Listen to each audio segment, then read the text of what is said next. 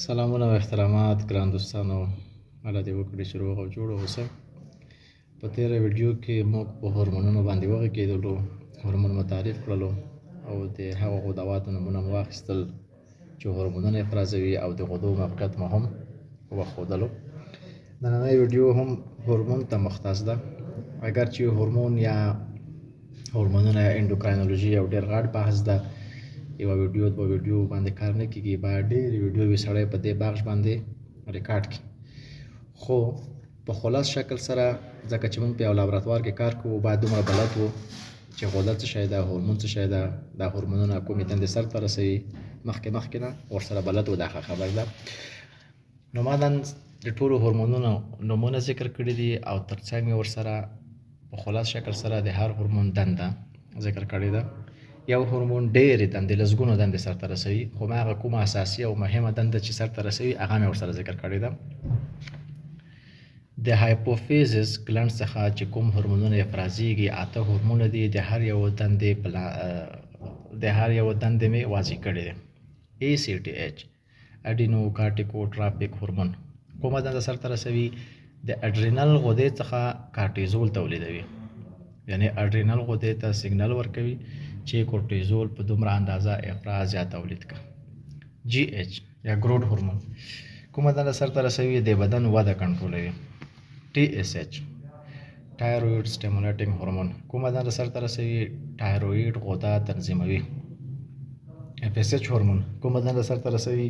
FSH یا فولیکل سټیمولیټینګ هورمون د تولید د مثل سیستم تنظیموي.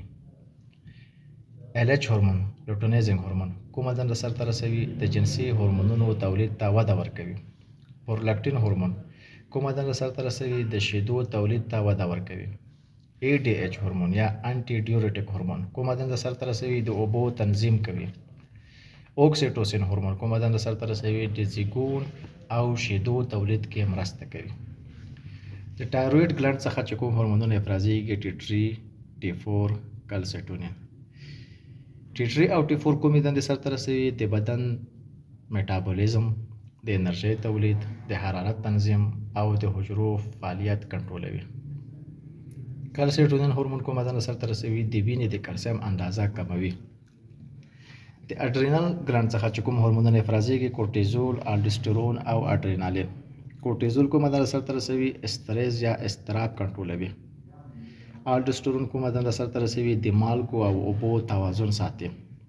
اډرینالین هورمون کومه دنده سرته رسوي؟ د بدن چمتووالی د بیړنیو حالاتو لپاره. دوهم، زړه ته امر ورکوي چې ضربان زیات کړي ترڅو وینه چټکه پمپ شي. د سږو فعالیت زیاتوي ترڅو بدن ته ډېر اکسیجن ورسیږي او داسې نورې دندې. د پانکراس ګلنډ څخه چې کوم هورمونونه افرازیږي انسولین او ګلوکاګون.